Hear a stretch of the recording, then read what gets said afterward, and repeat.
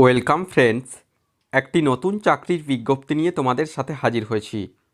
Airports authority of ইন্ডিয়ার পক্ষ থেকে নতুন গ্রুপ সি পদে নিয়োগের জন্য অফিসিয়াল বিজ্ঞপ্তি প্রকাশিত হয়ে গেল, যেখানে টোটাল ভ্যাকান্সি রয়েছে 309টি। তো আজকের এই ভিডিওটি অত্যন্ত গুরুত্বপূর্ণ হতে চলেছে। আজকের এই ভিডিওতে আমরা স্টেপ বাই স্টেপ আলোচনা করে দেব কোন কোন পোস্টে নিয়োগটি হতে চলেছে, এখানে আবেদন করতে হলে শিক্ষাগত যোগ্যতা কী লাগবে, বয়সসীমা কী রয়েছে, পরীক্ষার সিলেবাস, আবেদন পদ্ধতি, সম্পূর্ণ রিক্রুটমেন্ট প্রসিডিওর সম্পর্কে সবিস্তারে আলোচনা করে দেব। চ্যানেলটিতে নতুন দর্শক হয়ে থাকলে অবশ্যই চ্যানেলটিকে সাবস্ক্রাইব করে পাশে থাকা বেল বাটনটিকে প্রেস করে দাও, যাতে নিত্য নতুন চাকরি সংক্রান্ত আপডেটসগুলো সবার আগে তোমাদের কাছে পৌঁছে যায়।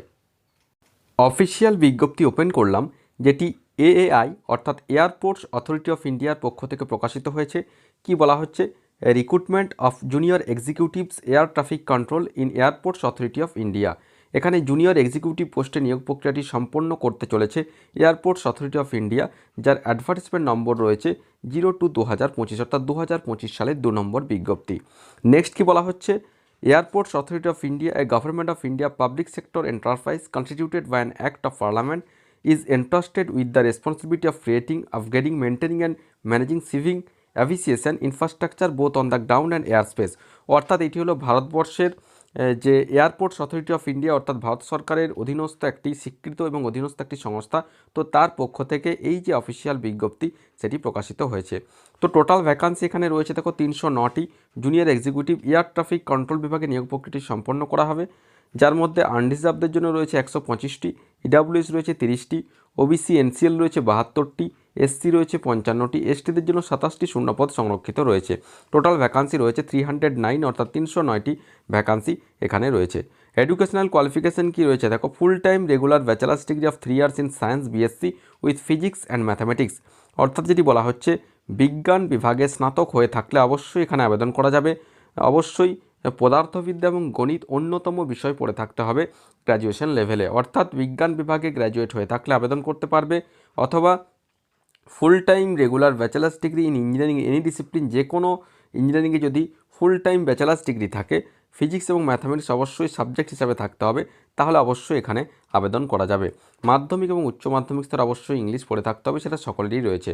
অর্থাৎ যে কোয়ালিফিকেশান রয়েছে, বিজ্ঞান বিভাগে স্নাতক যারা রয়েছে তারাই কেবলমাত্র এখানে আবেদন করতে পারবে।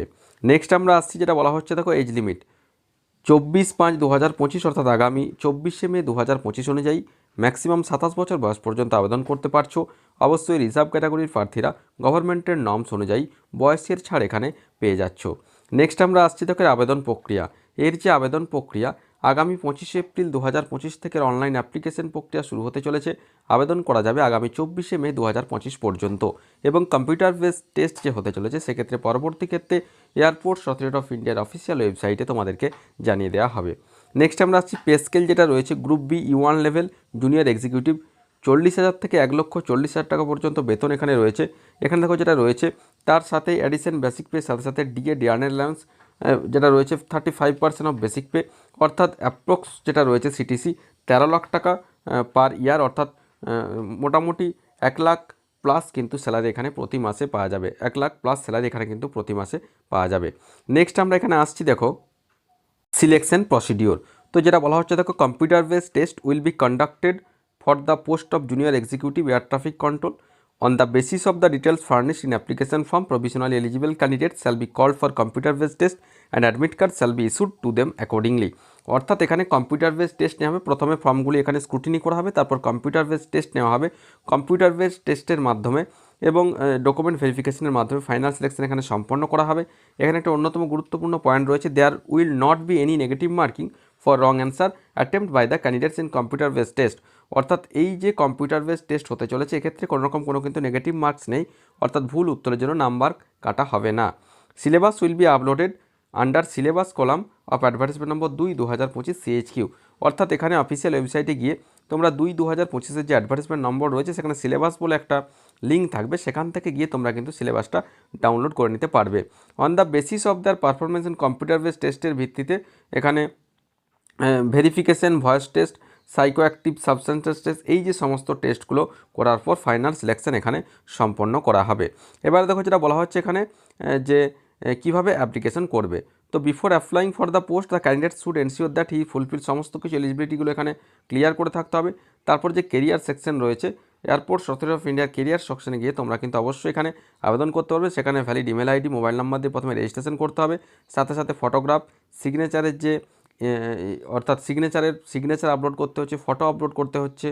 এইভাবে তোমরা কিন্তু সম্পূর্ণ ফর্ম ফিল আপটা কমপ্লিট করতে পারবে। অবশ্যই এই ভিডিওর ডেসক্রিপশন বক্সে অফিসিয়াল নোটিফিকেশন লিঙ্ক দেওয়া থাকবে, সেখান থেকে ডাউনলোড করে ভালোভাবে পড়ে নিয়ে তোমরা কিন্তু আবেদন করতে পারবে। অ্যাপ্লিকেশন ফি যেটা রয়েছে, দেখো এখানে অ্যাপ্লিকেশন ফি 1000 টাকা ধার্য করা হয়েছে। এসসি, এসটি, পিডাব্লিউডি এবং যারা এয়ারপোর্টস অথরিটি অফ ইন্ডিয়া থেকে অ্যাপ্রেন্টিসশিপ ট্রেনিং নিয়েছে সেক্ষেত্রে তাদের ক্ষেত্রে কোনো অ্যাপ্লিকেশন ফি কিন্তু এখানে লাগছে না।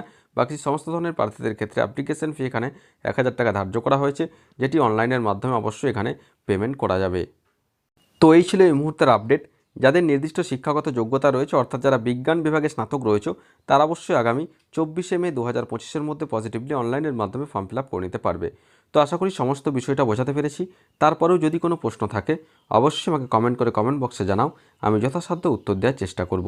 আর ভিডিওটি ভালো লাগলে অবশ্যই একটি লাইক ও শেয়ার করতে ভুলো না। ধন্যবাদ।